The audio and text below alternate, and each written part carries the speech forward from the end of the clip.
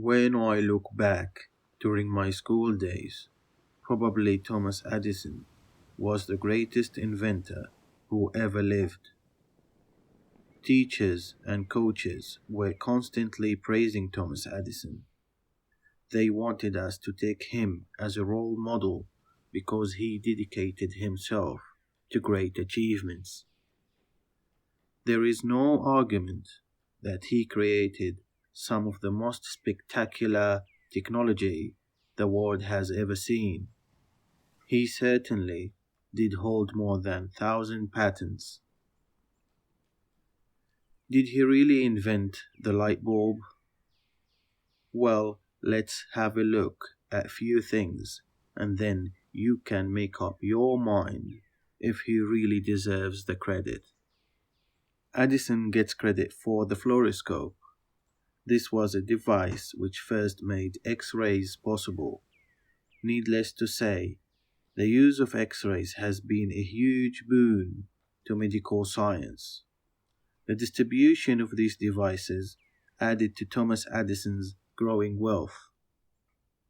The problem is that the inventor of a device to see the bones of a human was a German scientist named Wilhelm Röntgen.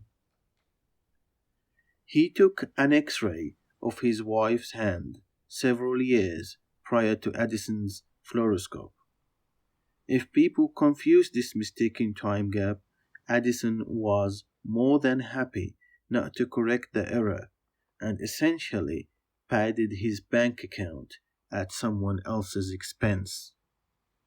Another concept Edison is given credit for is creating devices for recording speech and other forms of sound. A French printer and bookseller named Edouard Léon Scott de Martinville created his phonograph more than 15 years before Edison's 1877 invention of the phonograph. Again, Thomas Edison made no mention of de Martinville when marketing his own device. The Serbian-American scientist Nikola Tesla was a brilliant and eccentric genius whose inventions enabled modern-day power and mass communication systems. Starting in the late 1880s, Thomas Edison and Nikola Tesla were embroiled in a battle now known as the War of the Currents. Edison, not wanting to lose the royalties he was earning from his direct current patents, began a campaign to discredit Tesla's alternating current.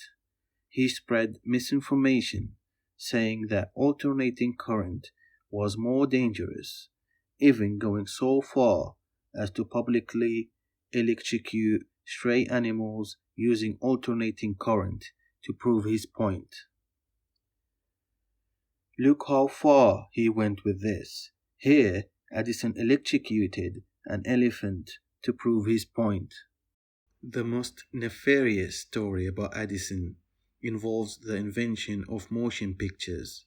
Many people regard him as the father of motion pictures. However, there is a fairly solid argument that Louis Le Prince, a French inventor, created working motion pictures before Edison. Whoever got the patents for motion pictures technology would become very wealthy indeed. In 1890, Le Prince was taking a trip to patent his invention in England and then would sail to America to exhibit and patent it. He got on a train on September 13th, 1890, and nobody ever saw him again. His luggage vanished as well. Le Prince's family continued with the patent quest. Unfortunately, in 1892, 2 years after testifying in a lawsuit against Thomas Edison, someone shot and killed the son in Fire Island, New York, Sadly, investigators never caught the assailant. However, in Leeds, Le Prince is celebrated as a local hero. On December 1930, the Lord Mayor of Leeds unveiled a bronze memorial tablet at 160 Woodhouse Lane. Le Prince's former workshop. In 2003, the University Center for Cinema, Photography and Television was named in his honor.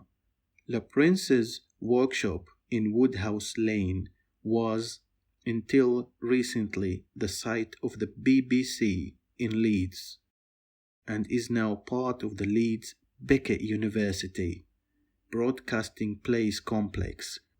In France, an application society was created, Association of Le Prince's Friends, which still exists in Lyon today. It is possible that Edison may have had nothing to do with Le Prince's puzzles, but there is no doubt his business dealings were questionable.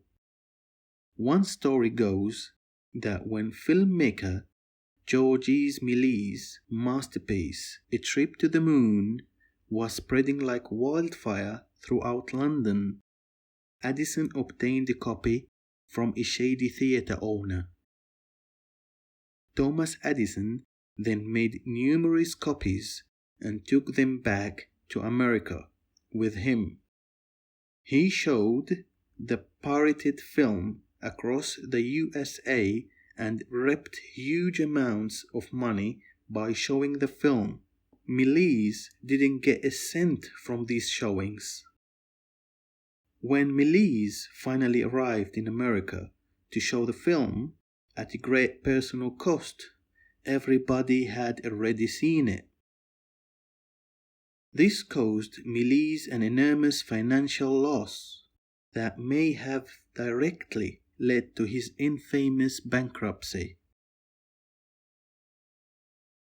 If he was behind all this, how did he get away with it? In 1878, Edison formed the Edison Electric Light Company in New York City with several financiers, including J.P. Morgan, Spencer Trask, and the member of the Vanderbilt family. Edison made the first public demonstration of his light bulb on December 31st, 1879 in Menlo Park. I hope you are aware who these financiers are. They are the big bosses who built the United States.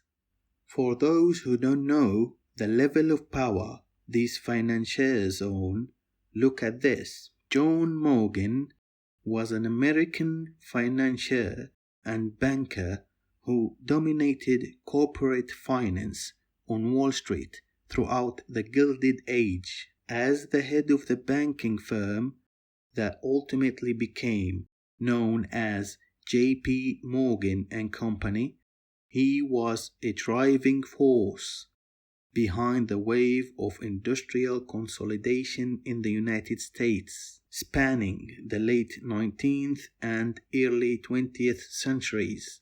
The Vanderbilts were once the wealthiest family in America. Cornelius Vanderbilt was the richest American until his death in 1877. Their success began with the shipping and railroad empires of Cornelius Vanderbilt, and the family expanded into various other areas of industry and philanthropy. Big bosses of this kind always have an agenda. Now you can understand why they disliked Nikola Tesla. Tesla was a unique inventor. He always considered important factors before inventing. His passion to bring wireless-free electricity to the whole world was stopped. Those big bosses denied to finance and support him. For them, Tesla's ideas and invention makes no money gain for them.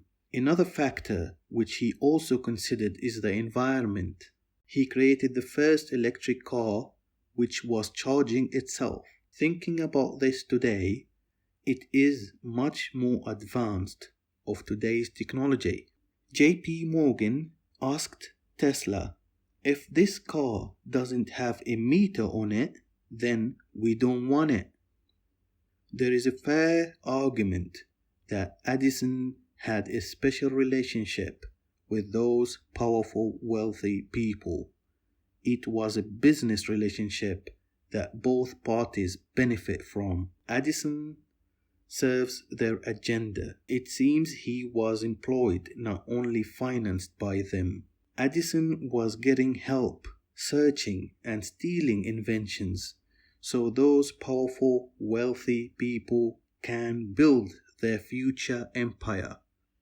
On the other hand, Edison gets the credit for these stolen inventions.